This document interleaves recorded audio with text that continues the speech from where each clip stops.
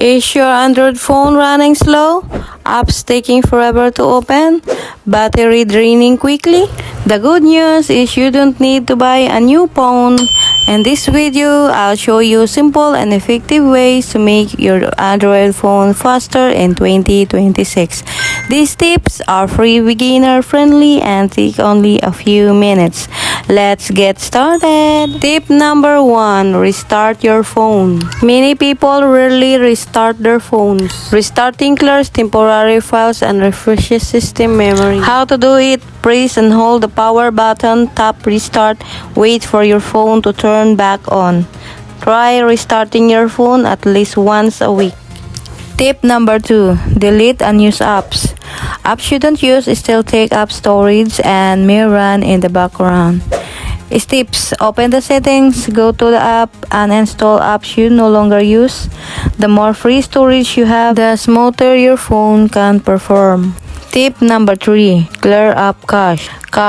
File build up over time. Clearing cache may improve app performance without deleting your personal data. Tips: open the settings, tap the apps, select an apps, go to storage tab, and clear cache.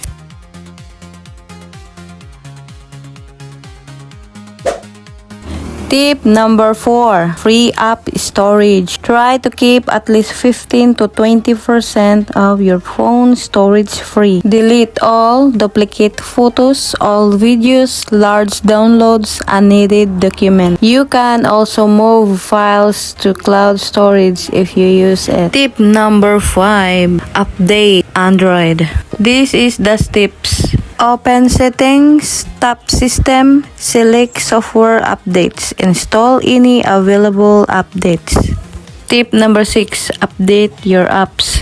Outdated apps can be slower or less stable. Tips: open the Google Play Store, tap your profile picture, select manage apps and device, and update all your apps. Tip number 7. Reduce animation. Reducing animation can make your phone feel more responsive. Tip: enable developer option by tapping build number several times in about phone. Open developer option, find window animation skill, transition animation skill, animator duration skill, set to 0.5 or off. Be careful not to change other developer setting unless you understand what they do.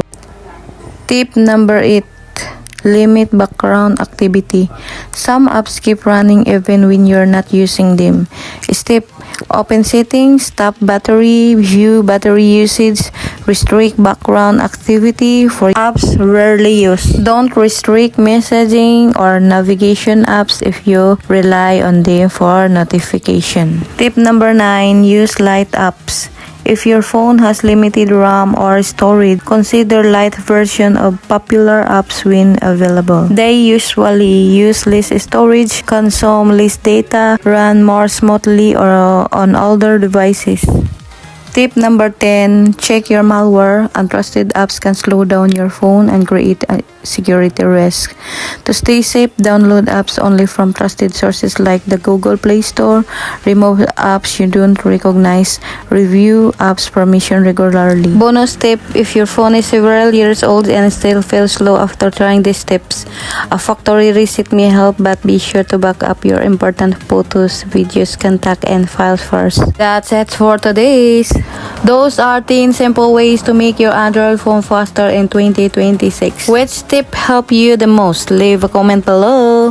If you found this tutorial useful, please like, subscribe, and turn on the notification bell for more Android tips, smartphone tutorials, and tech guides. Thanks for watching, and I'll see you in the next video.